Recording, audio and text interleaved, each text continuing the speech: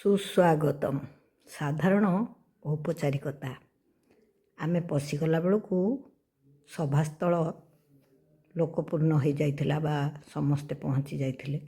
ଆମର ଟିକେ ଡେରି ହୋଇଯାଇଥିବାରୁ ମୁଁ ବଡ଼ ସଙ୍କୁଚିତ ହେଉଥିଲି। ଯାହା ବି ହେଉ, ଡେରି ହେଉ ପଛେ ଏଭଳି ଗୋଟେ କାର୍ଯ୍ୟକ୍ରମରେ ଯୋଗ ଦେଇ ମୁଁ ନିଜକୁ ଧନ୍ୟ ମନେ କରୁଥିଲି। ହେଲେ କ'ଣ ଥିଲା ଏଇ କାର୍ଯ୍ୟକ୍ରମଟି? ଏଇ ଜନ୍ମଦିନ ଆଉ କେକ୍ କାଟିବାର ଗୋଟେ ପରମ୍ପରା, ଯାହା ଜନ୍ମଦିନରେ ସବୁଆଡ଼େ ପରିବ୍ୟାପ୍ତ ହୋଇଗଲାଣି। ଗାଁଠୁ ସହର ଯାଏ, ଛୁଆଠୁ ବୟସ୍କ ଯାଏ। କ'ଣ କେବଳ ସେତିକି? ନା, ଏଇଟା ଗୋଟେ ନିଆରା କାର୍ଯ୍ୟକ୍ରମ ଥିଲା। ତା ସହିତ ବି ଜନ୍ମଦିନ ଥିଲା, ଆଉ କେକ୍ ବି କଟା ହେଇଥିଲା। ସମସ୍ତଙ୍କ ଇଚ୍ଛାକୁ ସବୁବେଳେ ସମ୍ମାନ ଦେଇ ନିଜ ପରିବାରକୁ ବାନ୍ଧି ରଖିବାର ସୁଗୁଣ ଜୀବନସାରା ଆବୋରି ରଖିଥିବା ମଣିଷଟି କୌଣସି କଥାକୁ ହଠାତ୍ ବିରୋଧ କରନ୍ତି ନାହିଁ, କିନ୍ତୁ ନିଜର ନୀତି ଆଦର୍ଶ ଆଉ ଇଚ୍ଛାରୁ କେବେ ବି ବିରତ ହୁଅନ୍ତି ନାହିଁ। ସେ ପୁରା ପରିବାର ଚଳାଇବାର ସବୁ ସୁଗୁଣ ତାଙ୍କ ପରିବାରରୁ ଶିଖିଛନ୍ତି, ମାନେ ଦୁଇ ପରିବାରରୁ, ନିଜର ମା' ଆଉ ନିଜର ମାମୁଁ ଘର ବିଶିଷ୍ଟ ପରିବାର, ମଧୁ ମହାନ୍ତିଙ୍କ ପରିବାର କହିଲେ ସମସ୍ତେ ଜାଣିଯିବେ। ସେଇଭଳି ମୁହୂର୍ତ୍ତରେ ବି କାହାକୁ ଆଘାତ ଦେବାର କ'ଣ ଆବଶ୍ୟକତା ଅଛି? ସେଦିନର ଏଇ ଜନ୍ମଦିନ କାର୍ଯ୍ୟକ୍ରମଟି ସାଧାରଣ ଜନ୍ମଦିନ କାର୍ଯ୍ୟକ୍ରମଟିଏ ନଥିଲା। ଋତୁରାଜ ବସନ୍ତର ଗୋଟେ କ'ଣ ବ୍ରାହ୍ମ ମୁହୂର୍ତ୍ତରେ ଆମର ଏଇ ଓଡ଼ିଶାରେ ଜନ୍ମଗ୍ରହଣ କରିଥିଲେ ବହୁ କ'ଣ କହିବି, ବହୁତ ଗୁଡ଼ିଏ ସୁଗୁଣର ଅଧିକାରିଣୀ ଲୋପାମୁଦ୍ରା ମହାନ୍ତି। ତାଙ୍କର ପ୍ରଥମ ପରିଚୟ ମୁଁ କହିବି, ସେ ଜଣେ ଅତି ସ୍ନେହଶୀଳା, ପରୋପକାରୀ ଆଉ ହୃଦୟ ଚିହ୍ନା ମଣିଷଟିଏ। କେମିତି ସେ ଏତେ ଶୀଘ୍ର ଅନ୍ୟର ହୃଦୟକୁ ପଢ଼ି ଦିଅନ୍ତି କେଜାଣି, କେମିତି ଏତେ ଅନ୍ତରଙ୍ଗ ହୁଅନ୍ତି, ମୁଁ ଭାବିଲେ ବିଶ୍ୱାସ କରିପାରେନି। ଆପଣଙ୍କୁ ଦେଖାଇଥିଲି ନା, ସେ ଯେବେ ଆମ ଘରକୁ ଆସିଥିଲେ, ଫେରିକି ଗଲାବେଳେ ମୋ ନାତୁଣୀ କେମିତି କାନ୍ଦିଲା ତାଙ୍କ ସାଙ୍ଗେ ଯିବା ପାଇଁ। ଛୋଟ ଛୁଆମାନେ ସହଜେ ସମସ୍ତଙ୍କ ସାଙ୍ଗେ ମିଶନ୍ତିନି ବା ସହଜେ ସମସ୍ତଙ୍କୁ ଭଲ ପାଆନ୍ତିନି। ସେଇଭଳିଆ ସରଳତା, ସେଇଭଳିଆ ଅନାବିଳତା ଯେଉଁଠି ମିଳେ, ଛୁଆମାନେ ସେଇଠି ମିଶିଯାଆନ୍ତି। ବହୁତ କମ୍ ଦିନର ପରିଚୟ ମୋର ଅପାଙ୍କ ସହିତ। ପରିଚୟ କମ୍ ଦିନର ନୁହେଁ, ଅନ୍ତରଙ୍ଗତା କମ୍ ଦିନର। ଏଭଳି ବ୍ୟକ୍ତିତ୍ୱମାନଙ୍କ ସହିତ ପରିଚୟ ବା ଏଭଳି ବ୍ୟକ୍ତିତ୍ୱମାନଙ୍କୁ ଜାଣିବା ତ ଗୋଟେ ସାଧାରଣ କଥା। ଯେହେତୁ ସେମାନେ ସମାଜର ଆଗଧାଡ଼ିର ମଣିଷ, ତାଙ୍କ ବିଷୟରେ ଜାଣି ହେବା କିଛି ବିଚିତ୍ର କଥା ନୁହେଁ। କିନ୍ତୁ ତାଙ୍କ ସହ ନିକଟତର ହୋଇ ଅନ୍ତରଙ୍ଗ ହେବା ଆଉ ପ୍ରକୃତରେ ତାଙ୍କ ବ୍ୟକ୍ତିତ୍ୱ ସହିତ ପରିଚିତ ହେବା ଗୋଟେ ଭିନ୍ନ ଅନୁଭବ। ଏଇ ଜୀବନସାରା ହିଁ ମୋତେ ତାଙ୍କର ନିକଟତର କରିଥିଲା। ଆଉ ମୁଁ ଯେତେ ତାଙ୍କ ନିକଟକୁ ଯାଉଛି, ସମୁଦ୍ରର ଗଭୀରତା ଖୋଜିଲା ପରି ମୁଁ ତାଙ୍କ ହୃଦୟର ଗଭୀରତାକୁ ଖୋଜି ଚାଲିଛି। ଏଇ କେତେଦିନ ହେଲା ଅନେକ ଗୁଡ଼ିଏ ଜାଗାକୁ ମୁଁ ତାଙ୍କ ସାଙ୍ଗରେ ଯାଇଛି। ତାଙ୍କ ଶାଶୁଘର ଗାଁକୁ ବି ଯାଇଛି। ବହୁତ କମ୍ ପରିଚୟ ହେଇଥିଲା ଯେବେ ମୁଁ ନାନପୁର ଯାଇଥିଲି ତାଙ୍କ ସାଙ୍ଗେ ଗୋଟେ ସଭାରେ ଯୋଗ ଦେବା ପାଇଁ। ମୁଁ ଆଶ୍ଚର୍ଯ୍ୟ ହେଲି। ରାଜନୀତିରେ ପ୍ରବୀଣା, ନିଜେ ଜଣେ ଅଧ୍ୟାପିକା ଥିଲେ, ଚାକିରି କ୍ଷେତ୍ରରେ ବି ତାଙ୍କର ମାନେ ସେ ପ୍ରବେଶ କରିଛନ୍ତି ବା ଚାକିରି ଜୀବନ ବି କାଟିଛନ୍ତି। ପୁଣି ମହିଳା କମିଶନ ପଦରେ ଦୁଇ ଥର ଅଧିଷ୍ଠିତ ହୋଇଛନ୍ତି। ଅଥଚ ଶାଶୁଘର ଗାଁ ପହଞ୍ଚିଗଲା ବେଳକୁ ମୁଣ୍ଡକୁ ଲୁଗା ଟେକି ଦେଇ ଚପଲଟା ଖୋଲିଦେଲେ। ସେଇଦିନ ହିଁ ମୁଁ ବେଶୀ ଇଚ୍ଛା କରିଥିଲି ତାଙ୍କ ବ୍ୟକ୍ତିତ୍ୱ ସମ୍ପର୍କରେ ଜାଣିବାକୁ। ଆଉ ଯୁଆଡ଼େ ଯାଉଥିଲୁ ତାଙ୍କ ସମ୍ପର୍କରେ ମୁଁ ବହୁତ କଥା ପଚାରିଥିଲି।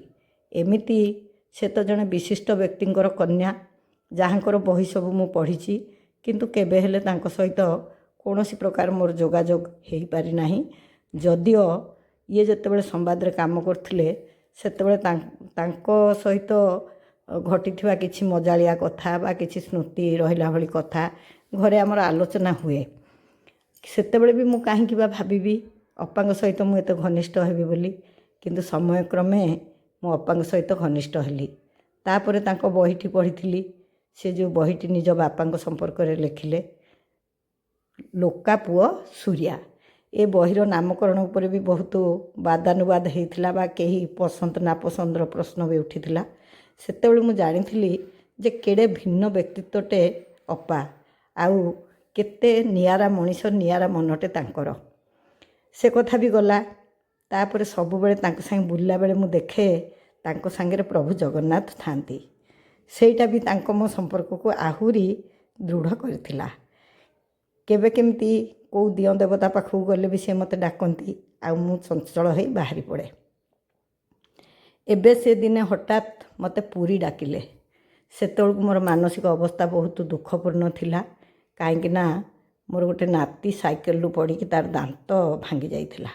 ଏହି ସମୟରେ ଜଗନ୍ନାଥଙ୍କ ପାଖକୁ ଯିବା ପାଇଁ ଅପାଙ୍କର ଡାକରା ମୁଁ ଭାବିଲି ଗୋଟେ ମନକୁ ସାନ୍ତ୍ୱନା ଦେବାର ଗୋଟେ ଅପୂର୍ବ ମୁହୂର୍ତ୍ତ। ତେଣୁ ମୁଁ ତାଙ୍କ ସହିତ ବାହାରି ଯାଇଥିଲି। ହେଲେ ସେତେବେଳେ ମୋ ମନରେ ବି ଆଉ କିଛି ନଥିଲା। ତା ଦିନେ 2 ଦିନ ପରେ ଅପାଙ୍କଠୁ ଗୋଟିଏ ଫୋନ୍ ପାଇଲି। ମୋତେ ଅପା ଏଇ ଜାଗାଟିର ଠିକଣା ଦେଇକି କହିଲେ ଯେ ତମେ ଦିହେଁ ଏଇଠି ଆସି 11ଟା ବେଳେ ପହଞ୍ଚିବ। ହଁ, କ'ଣ ଗୋଟେ କାର୍ଯ୍ୟକ୍ରମ ଥିବ। ଆମେ ଦୁହେଁ ଗଲୁ। ସେଇ ଯେଉଁ ପହଞ୍ଚିବା ପରେ ହିଁ ମୁଁ ଜାଣିଲି ଏଇଟା ଜନ୍ମଦିନ ହିଁ ନୁହେଁ, ଏଇଟା ଗୋଟେ ବହୁତ ବଡ଼ ଦିନ। 80 ବର୍ଷରେ ପଦାର୍ପଣ କରିଲେଣି ଯେହେତୁ 80 ଥର ତାଙ୍କର ଜନ୍ମଦିନ ପାଳିତ ହୋଇଥିବ। କିଛି ଜ୍ଞାତରେ, କିଛି ଅଜ୍ଞାତରେ, କିଛି ଶୈଶବ ଅବସ୍ଥାରେ, କିଛି ପରିଣତ ବୟସରେ। ହେଲେ ଏ ଜନ୍ମଦିନଟିକୁ ଏମିତି ପାଳନ କରାଗଲା କାହିଁକି? ଏଇ ଜନ୍ମଦିନଟିକୁ ପାଳନ କରିବାକୁ ପ୍ରୟାସ କରିଥିଲେ ଆମର ସାହିତ୍ୟାୟନ ଆଉ ଓଡ଼ିଶା ଜୀବନଦାନ ଅଭିଯାନ ତରଫରୁ ହେଇଥିଲା। ଓଡ଼ିଶା ଜୀବନଦାନ ଅଭିଯାନ ପୁଣି କ'ଣ? ଜନ୍ମଦିନ ତ ହେବ, ସାହିତ୍ୟାୟନ ତ ଯେହେତୁ ସେ ଲେଖାଲେଖି କରୁଛନ୍ତି ବା ସାହିତ୍ୟ କ୍ଷେତ୍ରରେ ତାଙ୍କର ଯଥେଷ୍ଟ ପ୍ରବେଶ ରହିଛି, ସେଇଟା ଗଲା। ଜୀବନଦାନ ଅଭିଯାନ ପୁଣି କ'ଣ? ଜୀବନଦାନ ଅଭିଯାନ ହେଉଛି ଶରୀର ଦାନର ଅଭିଯାନ। ସେଇ କଥା ଯେତେବେଳେ ଜାଣିଲି, ମୁଁ 108 ଫୁଲରେ ଗୋଟିଏ ମାଳ ଗୁନ୍ଥିକି ନେଇଥିଲି। କହିଲି ନା ଟିକେ ପୂର୍ବରୁ, ଅପା ସବୁବେଳେ ସାଙ୍ଗରେ ଜଗନ୍ନାଥଙ୍କୁ ରଖିଥାନ୍ତି। ଭାବିଥିଲି ସେଇଠି ଜଗନ୍ନାଥ ସୁସଜ୍ଜିତ ଭାବରେ ଥିବେ, କିନ୍ତୁ ସେଠି ଜଗନ୍ନାଥ ସଜ୍ଜିତ ଭାବରେ ନଥିଲେ। ମୁଁ ଯାଇକି ଶେଷକୁ ଆଉ ସମ୍ଭାଳି ନପାରି ଅପାଙ୍କୁ ମାଳ ଦେଇ ଏ କଥାଟି ପଚାରିଲି। ଅପା ତ ଜଗନ୍ନାଥଙ୍କୁ ଛାଡ଼ିକି ଆସିବେନି, ଜଗନ୍ନାଥ ତାହେଲେ ଗଲେ କୁଆଡ଼େ? ଦେଖିଲା ବେଳକୁ ଜଗନ୍ନାଥ ଅପାଙ୍କ ବ୍ୟାଗ୍ ଭିତରେ ଟେବୁଲ ଉପରେ ଥିଲେ।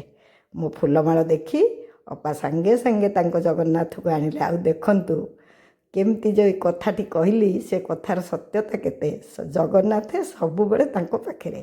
ଏଇଟା ଆଜିର ନୁହେଁ, ସେ ଯେତେବେଳେ ବରୋଦ୍ରାରେ ପଢ଼ିବାକୁ ଯାଇଥିଲେ ସେବେଠାରୁ ହିଁ ସେ ଜଗନ୍ନାଥଙ୍କୁ ତାଙ୍କ ସାଙ୍ଗ କରିଦେଇଛନ୍ତି। ସେଇଭଳି ମନୋଭାବ ନଥିଲେ ଏତେ ବଡ଼ ଗୋଟେ ନିଷ୍ପତ୍ତି କ'ଣ ନେଇ ହୁଏ? ଆଜିର ଏ 80ତମ ଜନ୍ମଦିନରେ ସେ ତାଙ୍କ ନିଷ୍ପତ୍ତିକୁ ଶୁଣାଇ ସମସ୍ତଙ୍କୁ ସ୍ତମ୍ଭୀଭୂତ କରିଦେଇଥିଲେ। ଏ ଜୀବନଟା ଥିବା ଯାଏ ମଣିଷର କେତେ ମୋହ, କେତେ ମାୟା ଥାଏ, ଅଥଚ ନିଜେ ବଞ୍ଚିଥାଉଁ ଥାଉଁ ନିଜର ସମଗ୍ର ଶରୀରକୁ ଡାକ୍ତରୀ ଛାତ୍ରମାନଙ୍କର ଉପଯୋଗିତା ପାଇଁ ସେ ଦାନ କରିଦେଲେ ଆଜିର ଦିନରେ। ଆଉ ଗୋଟେ ବଡ଼ ଉଦାହରଣ ସୃଷ୍ଟି କରିଦେଇଗଲେ ବା ଗୋଟେ ବଡ଼ ଆଦର୍ଶର ପଦକ୍ଷେପ ନେଇ ସେଇ ବାଟ ଅନୁସରଣ କରିବା ପାଇଁ ଆମମାନଙ୍କୁ ସବୁ ଉତ୍ସାହିତ କଲେ ପରୋକ୍ଷରେ। ଆଉ ଏଇଠି ଗୋଟେ ପ୍ରତ୍ୟକ୍ଷ ପ୍ରମାଣ ବି ଆମେ ପାଇଲୁ। ବହୁତ ଜଣ ତ କହିଲେ କେହି କେହି ଶରୀର ଦାନ କରିବାକୁ ଚାହୁଁଛନ୍ତି, ଅଥଚ ପରିବାରର ସହଯୋଗ ପାଇପାରୁନାହାନ୍ତି। ତେଣୁ ଏଇଠି ମୁଁ କହିବି ଉଭୟ ପକ୍ଷର ସମ୍ମତି ରହିବା କଥା। ଯିଏ ଅପାଙ୍କର ଜଣେ ଆତ୍ମୀୟ ବି କହିଲେ ଯେ ଆମେ ଏ ଘଟଣାରେ ଯେତିକି ଖୁସି ସେତିକି ଦୁଃଖିତ ମଧ୍ୟ, ତଥାପି ତାଙ୍କ ଇଚ୍ଛାକୁ ସମ୍ମାନ ଦେଇ ଆମେ ସମ୍ମତ ହେଇଛୁ। ସତ କଥା, ମୋର ଶରୀରଟାକୁ ଅନ୍ୟ କାହାକୁ ଟେକିଦେବା ଏତେ ଛୋଟିଆ କଥା ନୁହେଁ। କିନ୍ତୁ ମୋତେ ସବୁଠୁ ଆଶ୍ଚର୍ଯ୍ୟ ଲାଗୁଥିଲା ଅପା ନିଜେ, ହଁ ଏଇ ଭଉଣୀ ବି ଆଜି ତାଙ୍କର ନିଷ୍ପତ୍ତି ଶୁଣିଲେ, ଆଉ ସେମାନେ ପତି ପତ୍ନୀ ଉଭୟ ତାଙ୍କର ଶରୀର ଦାନ କରିବେ। ସେ ପୁରା ସାହସୀ ହେଇକି ବାହାରି ଆସିଛନ୍ତି। ଆମେମାନେ ସବୁ କିଏ କ'ଣ କରୁଛୁ ଆଗକୁ ଜଣାପଡ଼ିବ। ଜଣେ ସାଧାରଣ ବ୍ୟକ୍ତିତ୍ୱ ଅପେକ୍ଷା ଜଣେ ଅସାଧାରଣ ବ୍ୟକ୍ତିତ୍ୱ ଯେତେବେଳେ ଗୋଟେ ମହତ୍ କାମ କରନ୍ତି, ସମାଜ ଉପରେ ତା'ର ଯଥେଷ୍ଟ ପ୍ରଭାବ ପଡ଼େ। ଆଉ ସେଇଟା ତ ନିଶ୍ଚୟ ପଡ଼ିବ। ବହୁତ ଖୁସି ଲାଗୁଥିଲା ଯେ ଆମ ଭାଷା ସାହିତ୍ୟର ପ୍ରବାଦ ପୁରୁଷ ଦେବୀପ୍ରସାଦ ପଟ୍ଟନାୟକ ସାର୍ ବି ସେଠି ଯୋଗ ଦେଇଥିଲେ। ଆଉ ତାପରେ ସେଠି ଆମର ଖାଇବା ପିଇବାର ତ ଆୟୋଜନ ହୋଇଥିଲା। ମୋର କିନ୍ତୁ କେଉଁଠି ମନ ଲାଗୁନଥିଲା, ସବୁବେଳେ ଖାଲି ଅପାଙ୍କ କଥା ହିଁ ମନେ ପଡ଼ୁଥିଲା। ମୁଁ ଏ କଥାବାର୍ତ୍ତା ଭିତରେ ବୋଧେ ଭୁଲିଗଲିଣି ଅପାଙ୍କର ଜନ୍ମ କଥା କହୁଥିଲି, ବୋଧହୁଏ ଭୁଲି ଯାଇଛି। ବସନ୍ତର ଗୋଟିଏ ସୁନ୍ଦର ସକାଳରେ ଅପାଙ୍କର ଜନ୍ମ ହୋଇଥିଲା 1947 ମସିହା ଏଇ ଦିନରେ, ମାନେ ମାର୍ଚ୍ଚ 24 ତାରିଖରେ। ଆଜି ସେ 80 ବର୍ଷରେ ପଦାର୍ପଣ କରି ଏମିତି ଗୋଟେ ଭିନ୍ନ ନିଷ୍ପତ୍ତି ଶୁଣେଇଲେ ଆମ ସମସ୍ତଙ୍କୁ। ତେଣୁ ମୁଁ ତାଙ୍କୁ କ'ଣ କହିବି, ମୋ ପାଖେ ଭାଷା ନାହିଁ। ତାଙ୍କ ସାନ୍ନିଧ୍ୟରେ ଆସି ମୁଁ ତାଙ୍କଠୁ ବହୁତ କଥା ଶିଖୁଛି। ଯାହା ମୁଁ ସାରା ଜୀବନ ଭୁଲ କରିଛି ନା ଠିକ୍ କରିଛି ବୋଲି ଭାବୁଥିଲି। ପରିବାର ପାଇଁ ନିଜକୁ ସବୁବେଳେ ପ୍ରାଧାନ୍ୟ ନ ଦେଇ ପରିବାରକୁ ଅଗ୍ରାଧିକାର ଦେଇଥିବା ଗୋଟେ ମଣିଷ କେତେ ସଫଳ ହୁଏ, ସେଇଟା ସିଏ ତାଙ୍କ ବକ୍ତବ୍ୟରେ କହିଲେ। ପ୍ରକୃତରେ ରାମଚନ୍ଦ୍ରଙ୍କୁ ରାବଣ କହିଥିଲେ ଯେ ଯେହେତୁ ମୋ ପରିବାର ମୋ ସାଥିରେ ରହିଲାନି, କିନ୍ତୁ ଆପଣଙ୍କ ପରିବାର ଆପଣଙ୍କ ସାଥିରେ ରହିଲା, ତେଣୁ ଆପଣ ବିଜୟୀ ହେଲେ। ପ୍ରକୃତରେ ନିଜର ପରିବାରକୁ ସାଥିରେ ଧରି ଚାଲିବାର ଗୋଟେ ପ୍ରକୃଷ୍ଟ ଉଦାହରଣ ହେଉଛନ୍ତି ଅପା। ଏଇଠି ଦେଖନ୍ତୁ, ଏଠି ତାଙ୍କର ନାତି ନାତୁଣୀ, ନାତୁଣୀ ବୋହୂ, ଝିଆରୀ, ପୁତୁରା, ପୁତୁରା ବୋହୂ, ଝିଆରୀ ଜ୍ୱାଇଁ, କୌଣସି ସମ୍ପର୍କର ଅଭାବ ନଥିଲା। ପାରିବାରିକ ସମ୍ପର୍କ, ସାମାଜିକ ସମ୍ପର୍କ, ଚେନ୍ନାଇରୁ ବି ଆସିଥିଲେ, ଦଶପଲ୍ଲାରୁ ବି ଆସିଥିଲେ, ପଲ୍ଲୀଠୁ ଦିଲ୍ଲୀ ଯାଏ ସବୁଠି ତାଙ୍କର ସ୍ନେହର ଯେଉଁ ଗୋଟେ ସ୍ପର୍ଶ ସେ ପରିବ୍ୟାପ୍ତ କରିଛନ୍ତି। ସମସ୍ତେ ସେଇଥିରେ ବାନ୍ଧି ହେଇଛନ୍ତି। ଆଉ ସେଇଦିନର ଏଇ ଜାଗାରେ ଯିଏ ସବୁ ଉପସ୍ଥିତ ଥିଲେ ସେମାନେ ଅନୁଭବ କରିଥିବେ ଯେ ତାଙ୍କର ସ୍ନେହର ଆକର୍ଷଣ କେତେ ଅଧିକା। ଏଇ କଥା, ଏଇ ନିଷ୍ପତ୍ତି ଶୁଣିବା ପରେ ଆମର ବାସନ୍ତୀ ଅପା ଆଉ ଆମ ମନେ ପଡ଼ୁନି ମୋ ନାଁଟା, ମୋର ତ ଏବେ ଗୋଟେ ଏମିତି ଭୁଲିବାର ଗୋଟେ ବିଘ୍ନେଶ୍ୱର ଭାଇ, ଆଉ କେହି କେତେଜଣ ମିଶି ରାତାରାତି 20ଟି ଲେଖା ଏକାଠି ହୋଇପାରିଥିଲା। ଆଉ ଗୋଟେ ସ୍ମରଣିକା ବି ଉନ୍ମୋଚିତ ହୋଇଥିଲା। ସେତିକିବେଳେ ବାସନ୍ତୀ ଅପା ସେ ଗଧ ଆଉ ବାବାଜୀ ଗପ କହିଥିଲେ। ମୋତେ ଭାରି ଖୁସି ଲାଗିଲା ଶୁଣିକିରି। କେଡ଼େ ଭଲ କଥାଟେ କହିଥିଲେ ବାସନ୍ତୀ ଅପା। ପ୍ରକୃତରେ ଏ ଲେଖା ସବୁ ଗଧ ପାଇଁ ନୁହେଁ, ବାବାଜୀ ପାଇଁ ଏକାଠି ହେଇଥିଲା। ଏଇ କଥା ସେ କହିଥିଲେ। ଆପଣମାନେ ଯିଏ ଜାଣିଥିବେ ବୁଝିପାରିବେ ମୋ କଥାର ମର୍ମ। ଆଉ ମୁଁ ମନେ ମନେ ଭାବୁଥିଲି, ଯେମିତି କଥାରେ କହିଛି କୁସୁମ ପରଶେ ପଟ୍ଟନିସ୍ତରେ, ସେମିତି ଅପାଙ୍କ ସଂସ୍ପର୍ଶରେ ଆସି ମୁଁ ବି ଧୀରେ ଧୀରେ ଅନେକ ଗୁଡ଼ିଏ ସୁଗୁଣର ଅଧିକାରିଣୀ ହେବାକୁ ଚେଷ୍ଟା କରିବି। ଏତିକିବେଳୁ ଘରକୁ ଫେରିଲା ବେଳେ ମୋର ମନେ ପଡ଼ୁଥିଲା 2 ଦିନ ପୂର୍ବରୁ ଅପା ପୁରୀ ଯାଇଥିଲେ। ଭାବଗଦଗଦ ହେଇ ଦର୍ଶନ ପରେ କହିଥିଲେ ଚାଲ ସମୁଦ୍ର କୂଳ ଆଡ଼େ ଯିବା, ଆଉ ସ୍ୱର୍ଗଦ୍ୱାର ପାଖରେ ଟିକେ ଗାଡ଼ି ସ୍ଲୋ କରିଦେବୁ। ମୁଁ କିଛି ବୁଝିପାରିଲିନି। ତାପରେ ଆମେ ଗଲୁ ଦକ୍ଷିଣ କାଳୀଙ୍କ ମନ୍ଦିରକୁ। ସେଠି ମୁଁ ଠାକୁରଙ୍କ ଉପସ୍ଥିତି ଦେଖି ଭାବଗଦଗଦ ହେଉଥିଲି। ଅପା ବି ଭାବ ବିହ୍ୱଳ ଦିଶୁଥିଲେ ଆଉ ବହୁତ ଗମ୍ଭୀର ଲାଗୁଥିଲେ। ମୁଁ ବି ଭାବୁଥିଲି, ହଁ ମୁଁ ଯେମିତି ଠାକୁରଙ୍କୁ ଦେଖିକି ମନେ ମନେ ଭାବୁଛି, ଯାହା ହଉ ମୁଁ ଗୋଟେ ଧକ୍କା ଦେଇଥିଲେ, ଗୋଟେ ଆଘାତ ଦେଇଥିଲେ, ଠାକୁରେ ପୁଣି ଆଣିକି ଜଗନ୍ନାଥ ଦର୍ଶନ କରେଇ, ମାଆଙ୍କୁ ଦର୍ଶନ କରେଇକି ଖୁସିରେ ଘରକୁ ନେଉଛନ୍ତି। ଅପା ବି ବହୁତ ଗୁରୁଗମ୍ଭୀର ଦେଖାଉଥିଲେ। ଆମେ ସେଠି ଯାଇକି ବସିଲୁ, ମାଆଙ୍କ ଆଳତି ହେଲା। ଆଳତି ପାଖରେ ମାଆଙ୍କୁ ଅପା ଏକଲୟରେ ଚାହିଁ ରହିଥିଲେ। ଆଉ ଆଳତି ନେଲା ବେଳେ ବି ମୁଁ ଅପାଙ୍କ ମୁହଁକୁ ଲକ୍ଷ୍ୟ କରୁଥିଲି। ତାଙ୍କ ମୁହଁଟା କେମିତି ଗୋଟେ ବହୁତ ବଡ଼ ନିଷ୍ପତ୍ତି ନେଲା ପରି ହିଁ ଦିଶୁଥିଲା। କିନ୍ତୁ ସେତେବେଳେ ତ ଏ କଥା ସବୁ ମୋ ମନରେ ନଥିଲା। ପରେ ଯେତେବେଳେ ମୁଁ ଜାଣିଲି ଯେ ଅପା ତାଙ୍କର ଶରୀର ଦାନ କରୁଛନ୍ତି, ସେତିକିବେଳେ ମୁଁ ଭାବିଲି ଏଇ ଯେଉଁ ଯିବାଟା ଅପାଙ୍କର ମନକୁ ଆସିଲା, ବା ଅପା ଯେଉଁ ଗଲେ ଜଗନ୍ନାଥ ଦର୍ଶନ କଲେ, ଆଉ ଦକ୍ଷିଣ କାଳୀଙ୍କୁ ଦର୍ଶନ କଲେ, ସମୁଦ୍ର କୂଳକୁ ଗଲେ, ଆଉ ସ୍ୱର୍ଗଦ୍ୱାର ସାମ୍ନାରେ ଟିକେ ରହିଲେ, ତାଙ୍କ ଭିତରେ ସେଇ କଥା ହିଁ ଚାଲିଥିଲା। ଆଉ ସତରେ ମୋ ରୁମ ଟାଙ୍କୁରି ଉଠିଲା ଯେ ବଞ୍ଚିଥାଉ ଥାଉ ନିଜର ଶରୀରକୁ ଦାନ କରିବା ଏତେ ଛୋଟ କଥା ନୁହେଁ। ସେ ଯେଉଁ ମହତ୍ କାମଟି କରିଗଲେ, ଆମେ ସମସ୍ତେ ସେଇଥିରେ କେମିତି ପ୍ରଭାବିତ ହେବା, ତାହେଲେ ଆମର ଚିକିତ୍ସା ବିଜ୍ଞାନ ଆଗେଇବ। ସେଦିନ ଘରକୁ ଫେରିଲା ବେଳକୁ ଅନେକ ରାତି ହେଇଯାଇଥିଲା।